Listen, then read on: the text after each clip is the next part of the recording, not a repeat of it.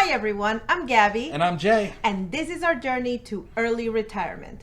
On this channel, we are sharing our experience as we get ready to retire in 6 years or so.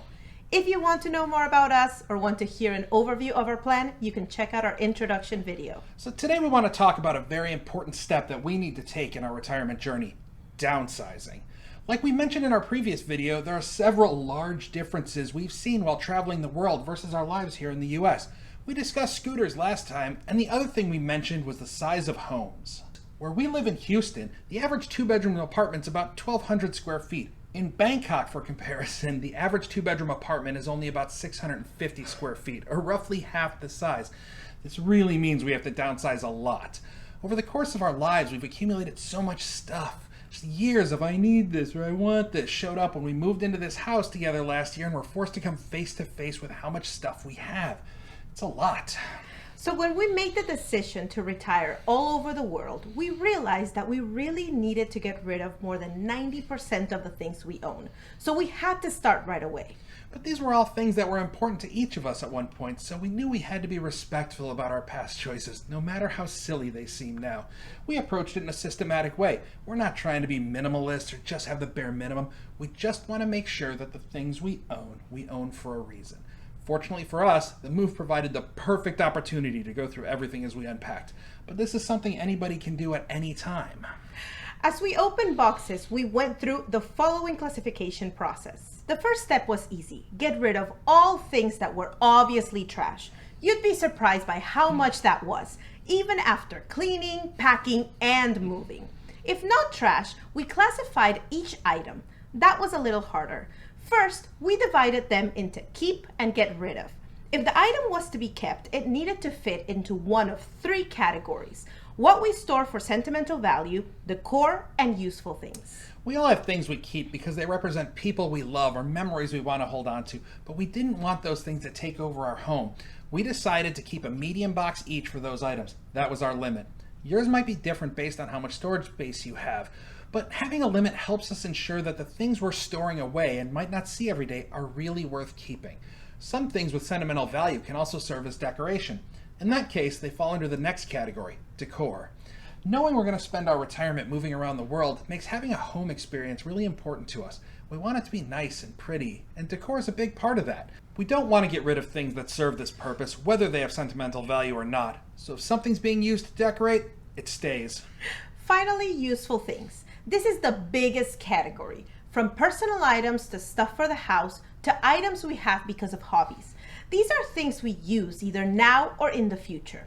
At least for us, they don't have to be things we use every day. For example, if you love clothes, you might have items you only use on very, very special occasions.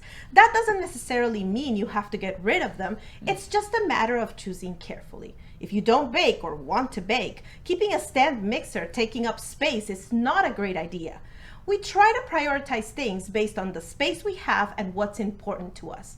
Especially if the space is tight, you might even have to decide to get rid of things you might use in the future. If you are not sure about parting with a useful item, ask yourself, will it be cheap or easy to reacquire it when and if I need it? Could I borrow it from someone, rent it? Making these decisions can be hard, even emotionally draining. You'll encounter things you might not be ready to part with, some you're not sure what to do with, and other things you want to keep and you don't know why. For that, we kept a big I can't even box. Things we didn't have the headspace to classify and we'll revisit later.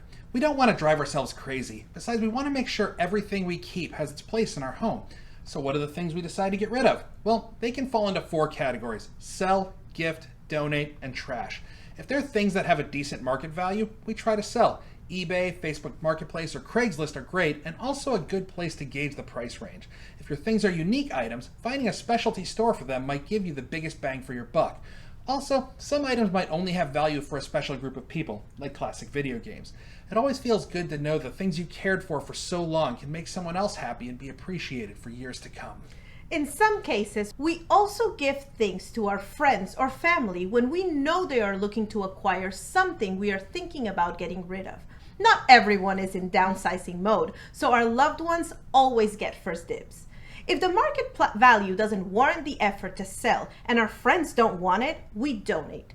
That can come with tax benefits. You could get a tax write-off based on how much you donate. Goodwill is usually our go-to. Just remember to ask for a receipt. Sometimes we also offer things to the community at no charge via Nextdoor or Facebook Marketplace. Finally, there's always more trash. There's no point in donating old carpet, for example, or my niece's old art piece. Sometimes things have served their purpose and we must accept that they are no longer useful to anyone. We know this isn't for everybody. It's hard going through our history and our lives and asking ourselves if the things we've been holding on to are really that important. There's a great quote from the book Fight Club. Tyler Durden says, "The things you own end up owning you." This work is very cathartic. It helps us move past these things that we think we need to own and realize that we are the memories we take with us, not the things we own. Looking at it through that lens is part of why we prioritize spending more money on our entertainment budget. The memories we make are more important than the things we could collect. Also, right now we rent a house, but we are planning to transition to a pre-retirement home in about 4 years. Our pre-retirement home will be a 1-bedroom apartment, approximately the size of the places we have looked at globally. We are downsizing to a smaller place before we move for a couple of reasons. First of all, it will help us get used to living in a smaller space while we are still in a familiar location, before we have to do it for long term in an unfamiliar place. Second, a smaller home is less expensive, and that will help us boost our savings in the last years before we leave.